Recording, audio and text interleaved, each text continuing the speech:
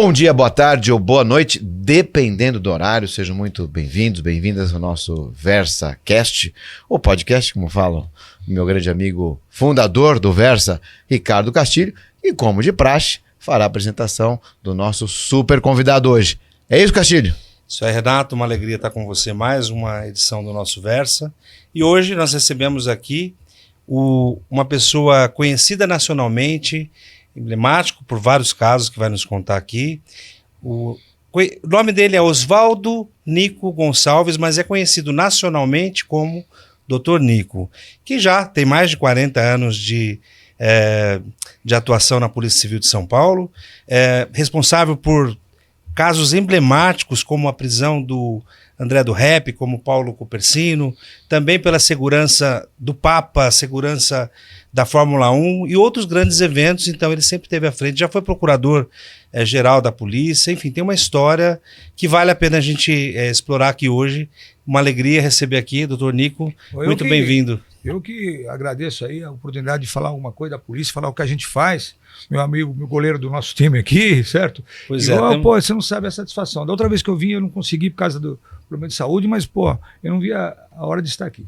Uma alegria, viu, Nico? Obrigado pela presença. Conta um pouquinho da sua carreira. Como é que você parou na polícia? Como parei na polícia, eu vou contar. Minha história na polícia começou com 12 anos de idade. Eu comprei uma caixa de graxa e fui engraxar sapato na porta do 17º DP no Ipiranga. Eu era menino. Meu pai era motorista de ônibus e eu peguei a caixa de graxa e fiquei na porta lá e comecei a engraxar sapato dos policiais. Um pouquinho, eu comecei a limpar as viaturas, aquelas C14, sabe aquelas picape? Por pretinho, e o policial sempre me dava uma caixinha. Então eu tinha meu ponto de graxa ali na porta da delegacia do Ipiranga. Ainda era na Rua dos Patriotas, depois mudou para Dom Luiz Lasanha. E eu ficava ali com a porta de graxa e limpava a viatura. Eu conheço os policiais, eu via aqueles policiais entrando e saindo, aquelas metralhadoras, eu tinha paixão por aquilo. Então ali naquele momento, eu descobri que eu não queria ser médico, engenheiro, influencer, não queria ser nada, entendeu? Eu queria ser policial para servir. E foi ali que eu falei, aqui é meu lugar. Fiquei anos ali, 3, 4 anos, depois até fazer concurso para a polícia, entrar como investigador. Primeiro eu fiz o concurso de carcereiro. Naquela época, abria vários concursos ao mesmo tempo. Eu abri o concurso de carcereiro, de investigador, e eu passei nos dois. Aí, quando você fez direito, né? Depois eu fui fazer direito para ser delegado. Mas primeiro comecei como investigador, lá no 17º DP, onde eu despertou a paixão por ser policial. Você conheceu tudo, então? Conheci tudo. Desde o comecinho? Eu comecei... Carcereiro, investigador? Eu comecei carcereiro, mas na academia já saí, fui para investigador. Depois fiquei como investigador anos, depois eu passei para delegado. Cheguei até a ser delegado-geral de polícia, né? E hoje eu estou no cargo de subsecretário de segurança. O Derri está de férias, agora estou como secretário. É a primeira vez que um policial civil fica secretário de segurança, né? Então, todas as férias, os afastamentos eu fico. E estamos lá, né? E há essa paixão pela polícia e servir que é muito gratificante. Então, Castilho, nesse momento aqui, dia 15 de julho, estamos recebendo aqui o secretário de Segurança Pública de São Paulo. E quase não tem problema, né? Não, estão com problema dos ônibus aí, não, problema, né? do caso do Alberto, tem vários problemas aí, mas a satisfação de você conseguir resolver é muito importante. Acho que a tua vocação, né, que você falou lá com 11 anos, é o que você descobriu naquela época e desenvolveu a tua vida baseada em resolver problema, né? Porque o que é a segurança, né, Renato, pública, se não a resolução de problemas, identificar esses problemas. Hoje a gente precisa de mais pessoas vocacionadas, né? Tipo assim, que nem eu tive paixão pela polícia, porque tem muito pessoal, sem demérito a ninguém, o pessoal de concurso, sabe, concurseiro aqui entrou, o cara fica estudando, você entendeu, né? Estudando aqui, consegue passar no concurso, entra na academia de polícia e quando começa o curso, pula fora, sabe? A gente abriu agora 350 delegados, no final consegue formar só 250. No meio, o pessoal fala, não era bem isso que eu queria, a responsabilidade que eu vou ter com o salário, e acabo pulando fora. Então, o que a gente tem, não tem mais aquele policial com tirocínio policial, sabe? Que quer vir por gosto, né? Então, a gente começa um curso para formar um policial, não é fácil, demora 1 ano, às vezes 1 ano e meio, e depois no fim das vagas não consegue preencher o que o Estado precisa. Nico, e hoje é mais fácil ser policial hoje ou há 40 anos atrás? Quando 40 anos atrás. Eu entrei no pessoal, respeitava a polícia, você entendeu, né? Olhava para o policial e respeitava. Hoje, não vejo essa... Você entendeu? O pessoal mesmo que é vítima, né? Só quando conhece a polícia, vê o que a polícia é importante, né? Mas o pessoal aqui no nosso país não dá muito valor, não. Você pode fazer de tudo, de tudo.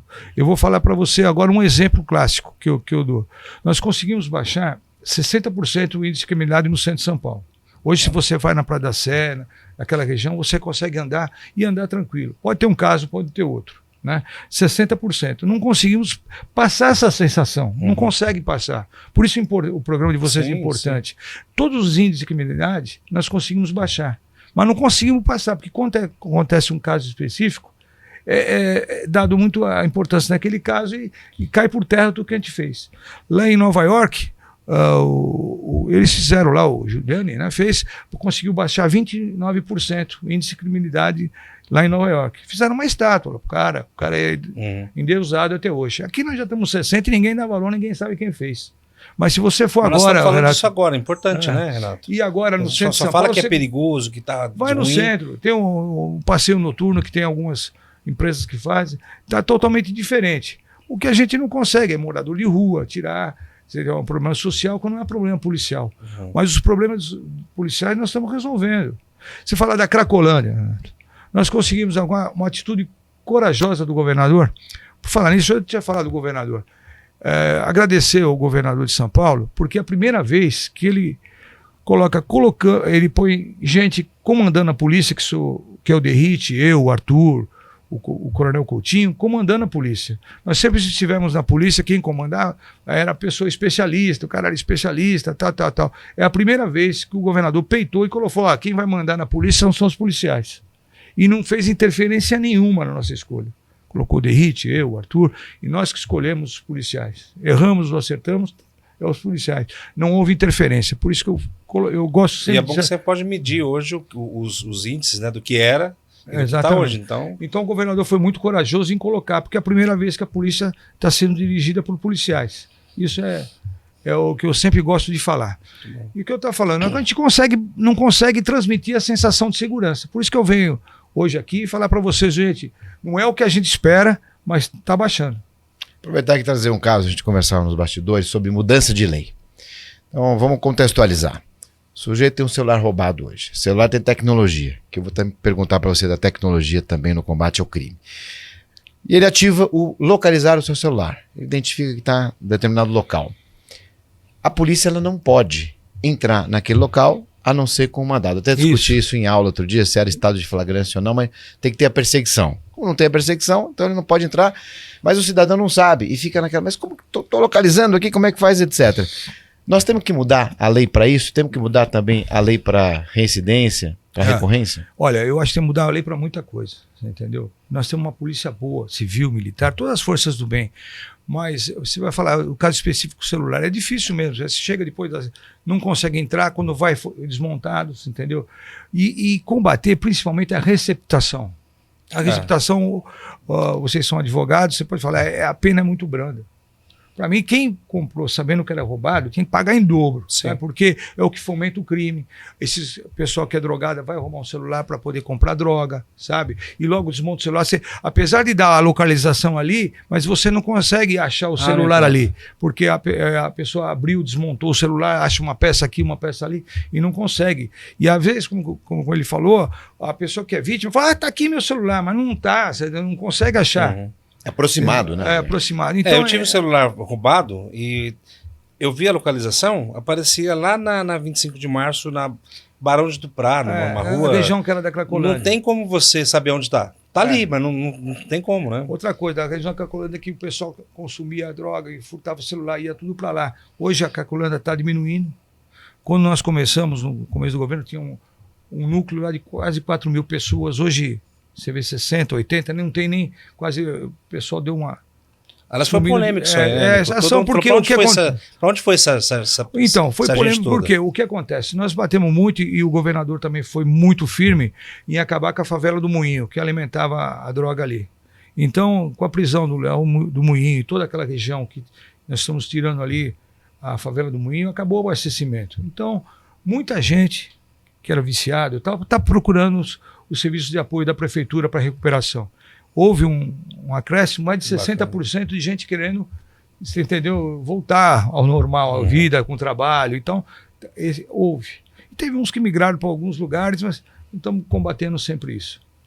Mas o que você me falou é importante. Vocês, como advogado, a gente tem que pegar no Congresso, parar um mês e falar, vamos fazer uma pauta de segurança.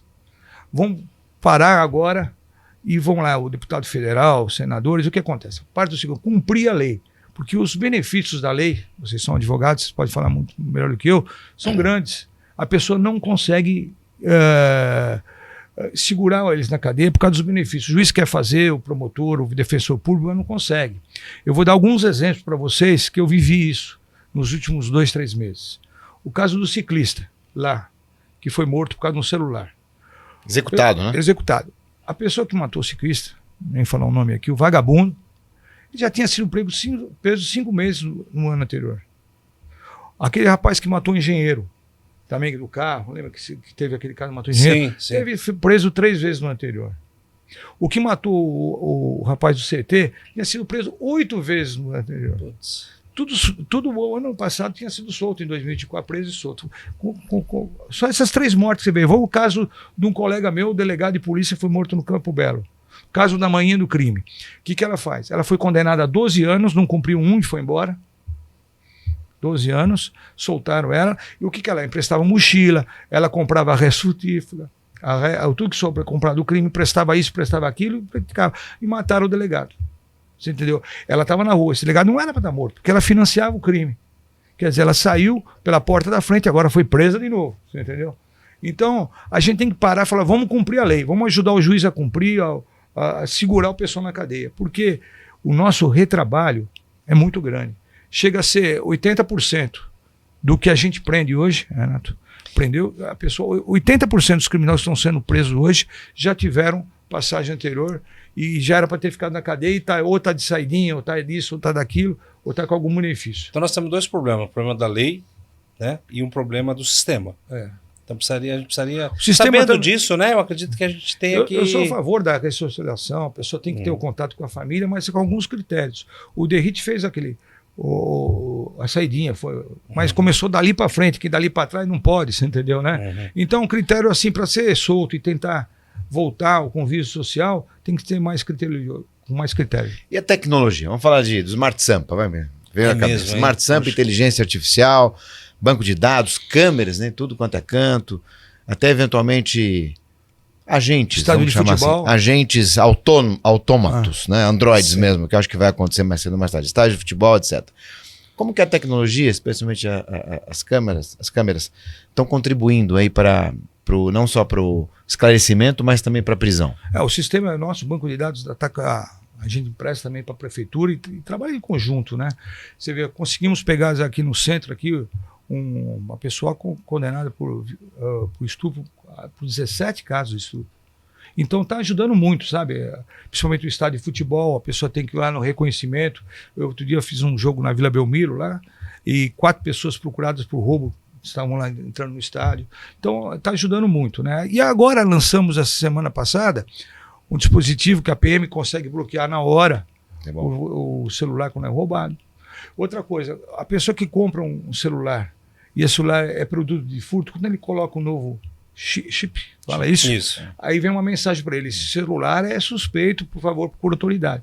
Essa semana fizemos uma entrega lá de mais de 100 aparelhos que foi recuperado, que a gente ligou pro pessoal e fez aqui na secretaria e devolvemos de surpresa para a pessoa. Aqui o celular foi roubado, a pessoa não acreditava. Renato, você não sabe a felicidade desse pessoal receber o celular de volta. Gente que comprou um aparelho em 24 pagamentos, 12 pagamentos, eu vi aquele pessoal e fui entregar, sabe? Eu e o Derrite fomos entregar junto com o Arthur. E, olha, entregar, a pessoa ficava tão feliz, sabe? Uma mulher falou: pô, eu tô pagando o celular, ainda está me devolvendo. Tá vendo? Porque a pessoa recebeu a mensagem, procurou a autoridade e viu o que era. Começou no Piauí, isso, lembra, Garcia? Exatamente, o sistema de Piauí. Foi no Piauí. Vocês fizeram parceria com as Teve até uma reportagem, né? Que eles devolveram 900. E o que é bom, a gente copia. A gente mandou nossos policiais para o Piauí ver como era o sistema e implantamos aqui. Não tem mais essa vergonha. Mas uma coisa foi que nós Isso, Isso isso vai diminuir bastante. vai ser bom. mas também repensar a lei do receptador, né? Porque isso- não é crime. Receptação, tenho uma bronca em disso. tese, Só tem um ninguém crime tem porque- noção de que isso é um Por que crime. rouba o celular depois? Porque o sujeito compra. Tem gente que compra. Senão, ninguém roubava. É isso. O receptador que compra esse negócio de anel e correntinha. É difícil segurar na cadeia. Outro dia, o delegado forçou, fez uma formação de bando e quadrilha, forçou, o cara é solto, vamos processar o delegado porque forçou. Você entendeu? É difícil. É difícil segurar. Então, o crime de receptação tinha que mudar os benefícios e mudar a pena. Já está identificado que a origem, né, uma das fontes do crime é o receptador. Se não tem quem compra, Exatamente. E o BO eletrônico, Nico? Tá funcionando bem, né? funcionando bem, tá funcionando bem. Você tem números de BO? Eu não sou muito bom de número, mas assim, conseguiu aliviar um pouco algumas coisas na delegacia, certo? Mas está funcionando bem. Quer ver outra coisa que a gente pode falar aqui, uma coisa que às vezes não ajuda? Tem parte da imprensa que não gosta da polícia. Eu não preciso falar, às vezes é uma operação escudo no final do ano. Por que será que eles não gostam da polícia, né? Sei lá, eu não sei. Eu gosto de. cultural isso, né? Parece que São poucos. Se ele já não gosta da polícia, tudo bem, vamos respeitar. Eu tenho muito amigo na imprensa, inclusive eu quando tenho algum fato, eu divulgo para todos, sem escolher aquela emissora. Então, eu tenho um relacionamento muito bom com eles particularmente. Mas eu vou te contar, a Operação Escudo que a gente fez. Quando começou a Operação Escudo lá no Guarujá, nós fomos ocupar novamente o território perdido. Porque o Guarujá estava perdido. Então, mataram aquele nosso soldado que foi fazendo uma manobra na viatura, deram um trela de cima e mataram. Foram presos. Tal. Sim. Então, nós começamos com a operação e colocava em serviço todos os batalhões do interior, todo mundo para lá trabalhar. Houve vários confrontos, porque o vagabundo lá que não queria perder o território atirava na polícia, a polícia era obrigada. Então, houve uns casos de mortes, foram apreendidos mais de 1.000 armas, não sei toneladas de droga, mais de 400 pessoas procuradas pela polícia que já estavam condenadas, foram para a cadeia, mas havia um clamor todo dia, vocês acompanharam, quando vai acabar a Operação Escudo? Todo dia eles nos perguntavam, quando vai parar? Eu ia na cidade, a população estava feliz, eu falei, 90% de aprovação, 92% de aprovação, para quem mora lá. Na delegacia tinha dia que colocava assim, nada, a delegacia fazia 80, 70, 60 BO por dia, tá, nada de registro, a presença da polícia. Mas todo dia a gente era cobrado para sair de lá. Então, às vezes, a gente não consegue transmitir isso. Eu fui num restaurante lá, todo mundo levantou, falou, parabéns, vocês estão fazendo aqui, gente com coragem. Foi recuperar o território perdido. Mas, às vezes, a opinião pública não passa, não conseguimos passar para eles isso aí, né? Só para quem vive aquele momento. Então, aquele momento que a gente fez no final do ano no Guarujá foi um exemplo de uma população super feliz e muita gente descontente porque nós estávamos lá dentro. Vou fazer um registro aqui, olha, todo o contato que eu tive com as autoridades policiais, civis e militares, seja na minha atividade de advogado ou no dia a dia, eu sempre fui muito bem tratado. Nem sempre estava de terno e gravata, tive de short, chinelo, etc. Sempre todos muito profissionais e muito educados. Né? Fazer esse registro aqui. Né? E também fardados, ou no caso da Polícia Civil, quando estão sem farda, e fazem o que dá. E o que podem, até pouco mais, né, do que isso. Que existe aquela, né, o sujeito tem receio de ir no distrito. Mas não tem que ter receio de ir no distrito. É isso. Né? Vai ser bem tratado, senão nós temos órgãos da corregedoria, mas é bem tratado. Se me permitir aqui, agora, depois de velho, né, de 45 anos de polícia, o meu filho falou assim, faz um Instagram, contar suas coisas. Então eu tenho mais de 700 casos arquivados. Só negociação com o refém, eu tenho quase 200. Olha, 200? Negociação gravada em vídeo e tal. O Renato, o Nico não tinha Instagram. Não tinha. Ele fez o Instagram há 2 meses. Vamos ajudar. Qual que é o seu Instagram? Então, Delegado Nico? Não, mas ele já há 2 meses ele está com 70 mil seguidores. Arroba delegado Nico. Vai ganhar mais uns 10 agora. Ajuda aí, quem acompanha vocês, acompanhar. Porque tem casos lá que eu, por exemplo, que foram assim, repórteres como Jacinto Figueira Júnior, quando eu entrei... O homem do sapato branco. Vocês lembraram, mas tem gente aí da molecada que não sabe quem é. branco. Tem matérias com Wagner Monte, Jacinto Figueira Júnior, João Leite... Tem vários repórteres que já faleceram, meus colegas faleceram, e eu estou revendo isso. Se a pessoa puder dá uma olhadinha, vai ver vários casos da polícia, desde o caso, casos emblemáticos, que foi do Washington Oliveto, caso do Silvio Santos, tem vários casos que eu estou colocando lá. Conta um caso pra gente aí que você gosta de contar. Do Cupertino, vamos dizer.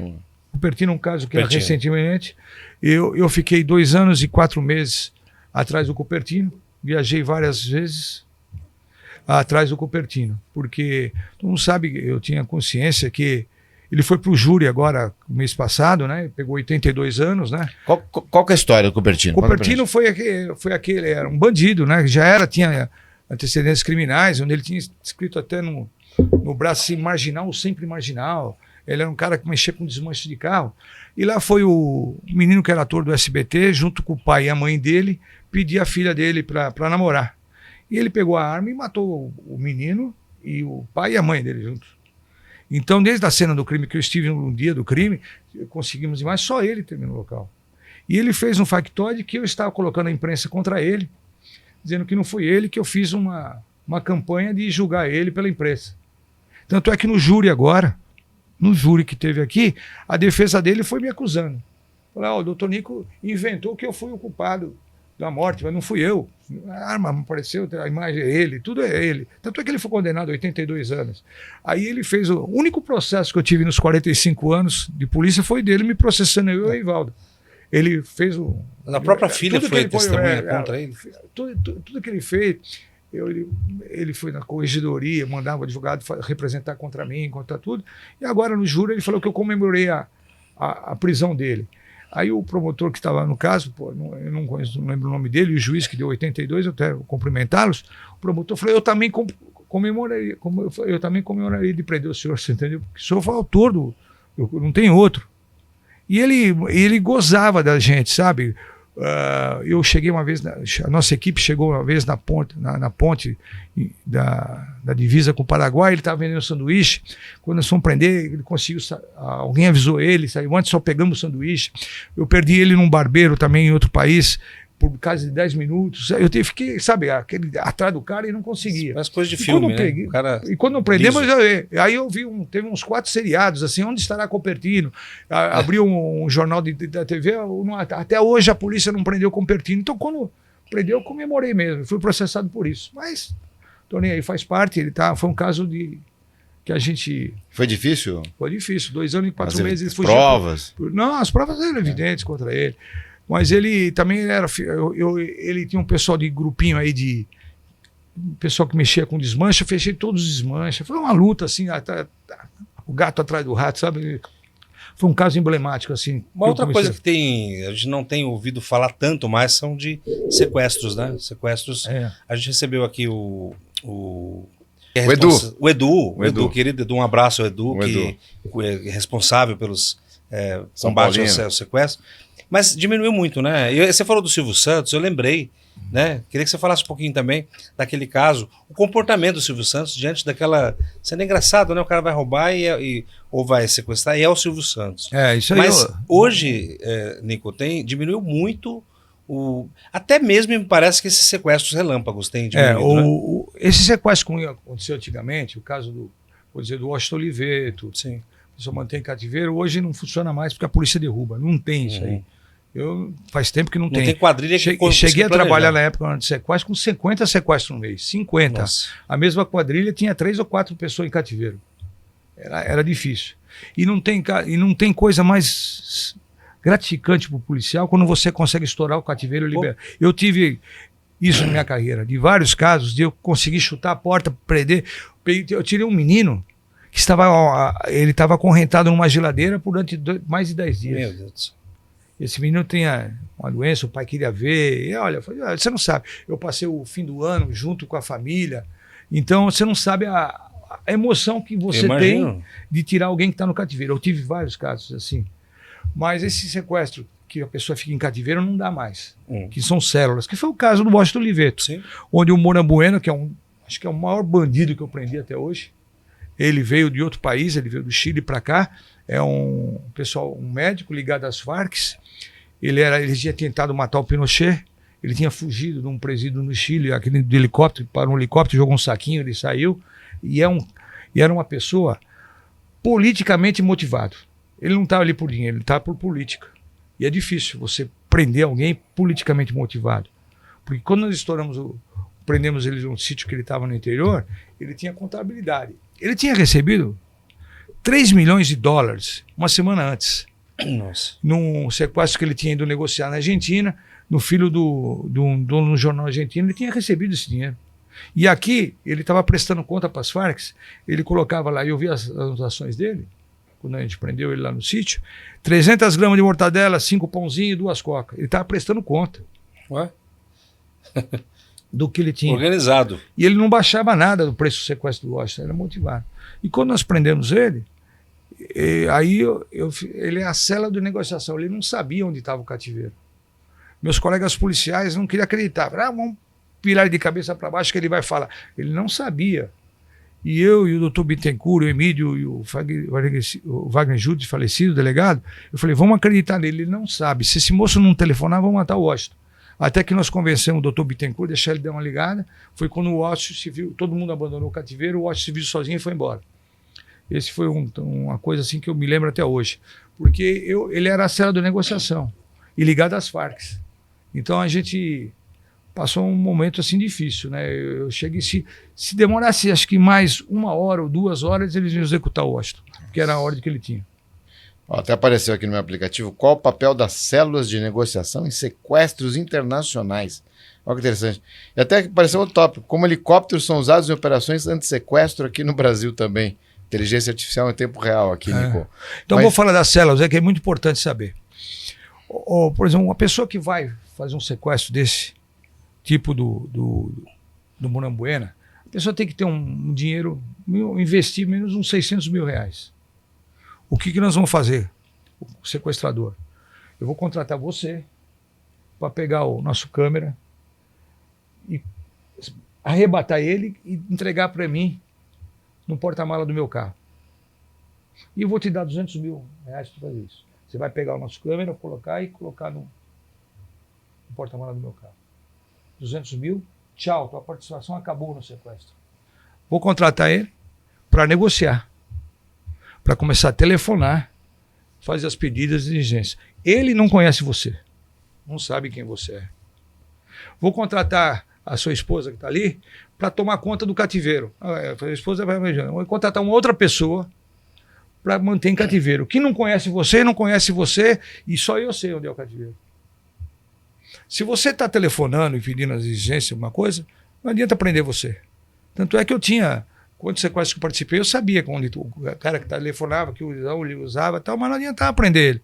Porque como é que eu prendo ele não sabe do cativeiro? Porque ele não tem vínculo com quem está tomando conta do cativeiro e nem quem arrebatou. E tem um outro quarto também que eu contrato para ver se você não entra em cana quando está telefonando. Então você tem que ter um investimento que hoje não ocorre.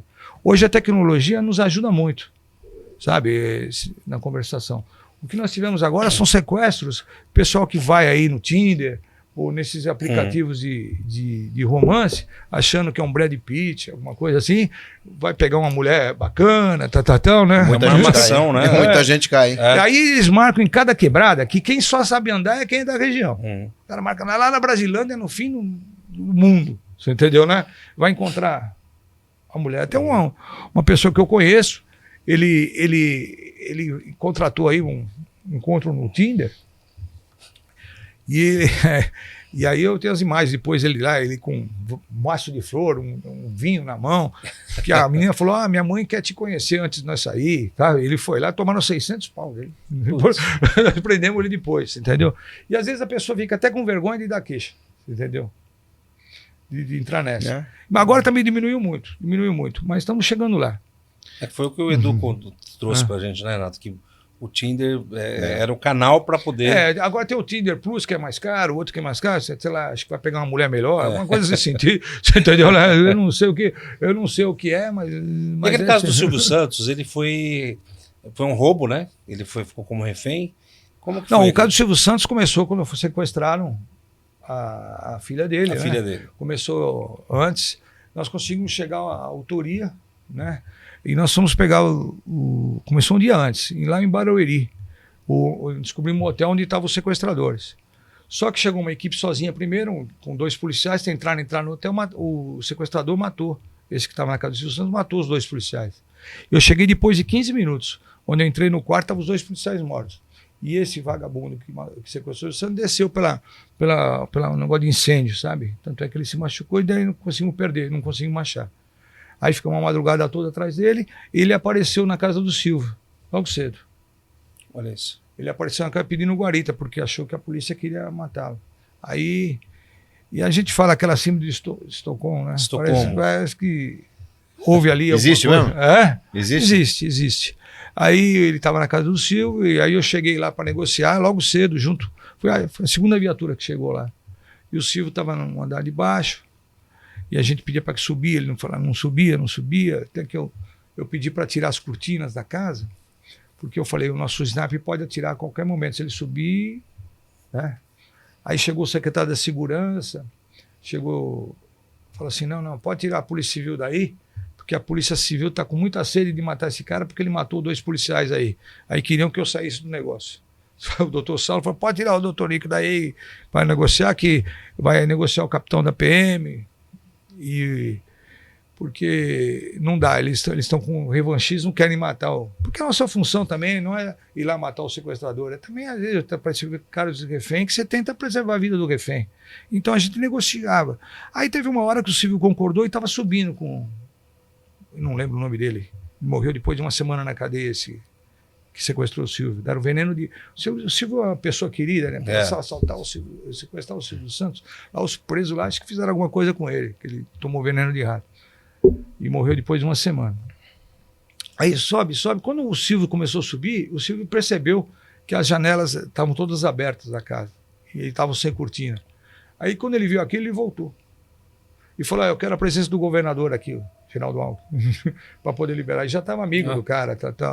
Aí o Geraldo Alckmin foi lá, depois ele subiu, se entregou e deu tudo isso. Mas foi um caso também de comoção, né? Porque sequestrar gente famosa é difícil, é duro, viu?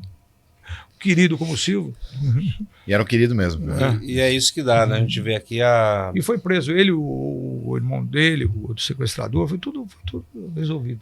Foi pena que nós perdemos 2 colegas um dia antes na ação. Nico, você falou que você começou no Ipiranga. Isso. Lá no Ipiranga tem um restaurante, que o pessoal fala muito bem do restaurante, italiano, né? Nico Pasta e Basta. Tem alguma coisa a ver com o teu nome? Tem, o restaurante da minha família, né? E como eu sou conhecido no bairro, porque eu fazia muitas ações sociais ali na igreja de São José, eu gostava muito dali da região, era conhecido. E meus filhos, para fazer uma homenagem para mim, colocaram o nome do restaurante. Nico Pasta e Basta. Qual que é o prato que você gosta lá? O macarrão dentro do queijo. Agora estamos fazendo outro chamado... Não sei, você que é advogado pode me ajudar. Então, nós colocamos o nome, chama Tratoria da Mulher do Nico. Mas agora, por causa do empoderamento feminino, estão achando que não pega bem. Entendeu, né? Mas esse macarrão no queijo é sensacional. Aí minha mulher falou pro Cortella, Cortella, vamos colocar esse nome. O Cortella falou, muito bem pensado, não é legal, você entendeu? Aí, estou sem o nome do restaurante até agora, mas vou inaugurar em setembro, mas não temos o nome aí. Depois que a gente falou, minha mulher falou com o Cortella, ele achou também que não pega bem, parece que você está com mulher do Nico, sabe? O cara mandão, e não é o que o casal vive, não é a nossa realidade.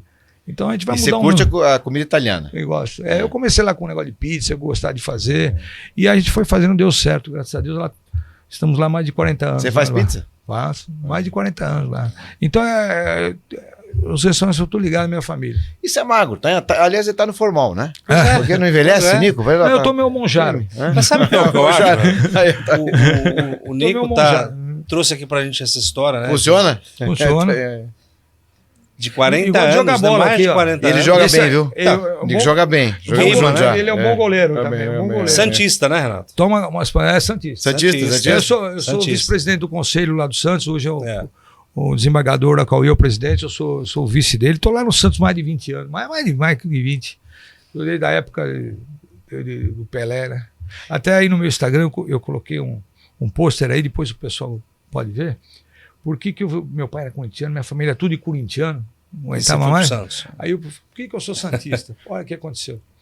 Lá no Ipiranga, no final da Via Anchieta, começo da rua sempre tinha uma lagoa. E tinha uma barraca de pastel. E subia o Santos para jogar. E eu era um menininho, pequeno ali, que ficava com a caixa de graxa, e o time do Santos parava ali e pagava pastel para toda a molecada. Ah, tá Para aí, toda ó. a molecada. Então ali passava. Aí eu via descer do ônibus Zito, Carlos Alberto Torres, Coutinho, Pelé, Mengal. Eu via aquele então, os olhinhos brilhavam da criançada. Ainda pagava tudo. Eles pagam pastel para todo mundo que estava lá. Esse pessoal do Santos parava e comia, o jogador comia pastel, vinha aqui para o Morumbi, o jogo. Não é que hoje tem que ter nutricionista, tudo que tem. Era outro tipo. E eu via tudo aquele lá e fiquei santista daquele momento. E depois eu recebi depois de anos, né? Agora, antes ele morreu, o Pelé foi no meu restaurante. E ele estava lá comendo uma massa, tal.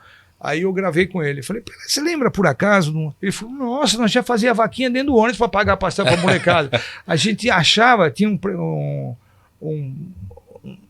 uma intuição que se a gente pagava pastel para molecada, a gente ia ganhar o jogo. Ele falou, mas você é um daqueles meninos? Pelé falou para mim. Olha isso. Eu falei, sou eu. Tá aí no Instagram ele falando, você é um daqueles meninos? Eu falei, sou um daqueles meninos. E o Pelé falou, eu me lembro, nós pagávamos, fazia uma vaquinha no ônibus já para pagar. Então, você vê como o mundo é pequeno, né? E eu fiquei santista por causa disso. Fiquei pelezista e santista. Tá mais que justificado. O que você achou do Campeonato Mundial de Futebol aí? Que acabou eu achei que foi bem, né? Foi bem. Os times brasileiros até que não fizeram, não. Porque ganhar lá fora é difícil também, né? Mas eles foram bem. O Fluminense ainda conseguiu chegar um pouquinho mais, né? E se tudo der certo, talvez em 2029 seja aqui no Brasil a sede, né? Próximo. Tem uma perspectiva. E aí que o Nico vai fazer segurança? Sempre, eu gosto. Então eu sou ligado à federação lá, sou vice do Reinaldo lá, tantos anos, a gente sempre que puder dar um palpite para ajudar a segurança, a gente tá falando. É gostoso encerrar falando de futebol, né? É bom, né? É bom, muito bom. Vamos ver, o Santos joga agora com o Flamengo. Meu Deus do céu. Mas é interessante ouvir uma história uma trajetória como a sua, Nico, de sucesso, né? Você tá... Bom, mas sucesso ninguém faz nada sozinho. Eu sempre devo a meus amigos como vocês, meus companheiros que trabalham comigo, por simples que seja, né? Ninguém faz nada sozinho. Então eu dei sorte, né, de talvez ser o Zagallo do time, escalar o time bem, você entendeu, né? Não, isso ajuda muita gente. Muito. Né? Sim. Aliás, uma coisa interessante, o Nico ele transita, né, em todas as vertentes, ele tá sempre no protagonismo em todos os governos. É porque eu não sou negócio de política, nunca sou. É a vocação, Renato. É. Porque ele falou que lá com 11 anos ele sabia, tinha ideia do que ele queria. Eu ajudo- Essa vocação trouxe ele até onde ele está hoje. Eu sou preocupado. Fiz vários casos de famosos, fiz casos emblemáticos, como o da Hebe Camargo, vários casos, né? Mas eu também, aquele que não é famoso, eu também ajudo. Você entendeu? Eu sempre procuro ajudar e dar uma satisfação. Porque a pessoa que procura a polícia é porque está no desespero, você entendeu? E se você não dá um conforto, mesmo que você não consiga solucionar o crime, mas pelo menos você vê que alguém foi atrás, é meu propósito, dar essa solução. Podemos fazer a pergunta... Pergunta final agora, a pergunta filosófica do Foi muito Castilho. bacana, viu, Nico? A gente saber um pouco da... Teria história aqui para contar. Bom que ele tem o Instagram agora, Renato. Isso, que vai contar. cê Continua deixa lá a tua... No Instagram tem uma briga com o Marcelo Rezende. Vocês vão ver. O Marcelo Rezende é aquele porta. Vocês vão ver que bacana. Pode contar rapidinho. Pode. O Marcelo Rezende, o que aconteceu? Tinha um ladrão que entrou numa loja de celular e pegou uma mulher como refém. Um moleque novo. Estava com a arma na cabeça da mulher como refém. E eu fui lá negociar, estava tentando falar com ele. E tinha umas interrupções, né? E nosso sniper tinha condição de ter atirado no menino de 17, 18 anos, né? Mas estava esperando minha ordem para atirar.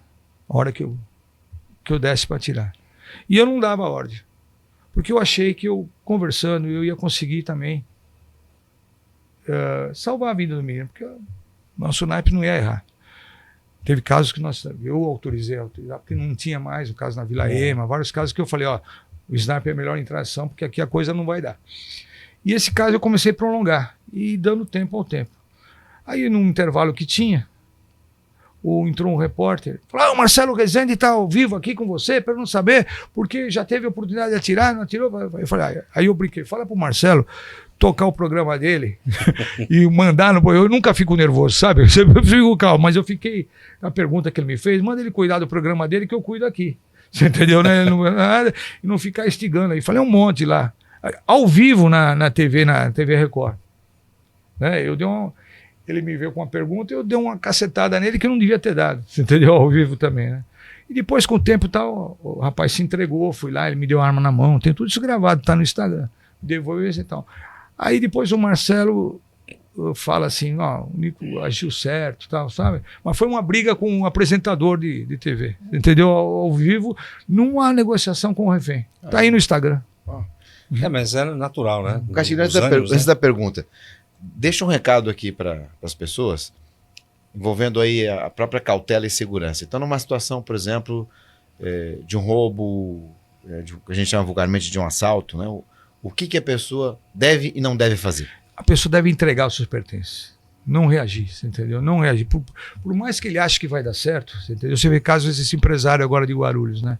Ele era CAC, estava com a arma, ele cresceu, achou que podia acontecer e foi morto, né? Estamos aí, é um caso de latrocínio, estamos cuidando disso. Apesar de outras hipóteses não ter sido descartadas, né? Mas sempre que você entrega os bens, a gente vai atrás depois. Mas nunca se meter, nem a pessoa preparada, eu aconselho a reagir, você entendeu? Que vai depois, esse é o principal fundamento. Muito bom, ótimo.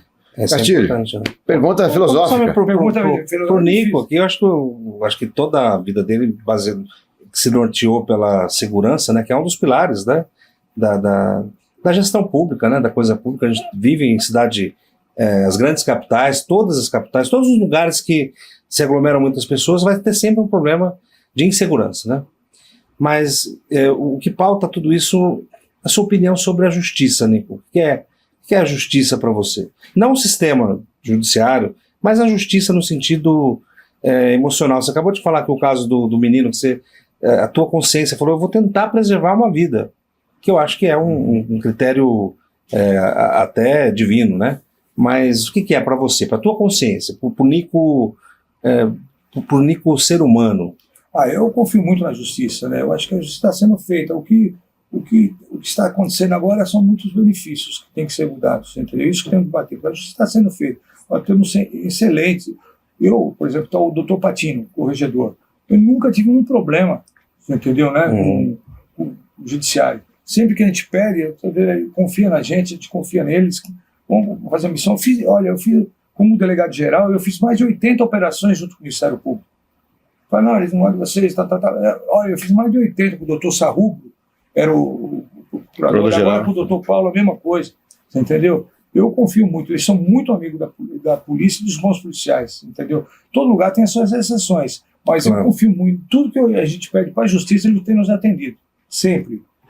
O caso da Larissa, aquela menina agora, ela foi morta em casa com 16 facadas, uma menina de 10 anos, né?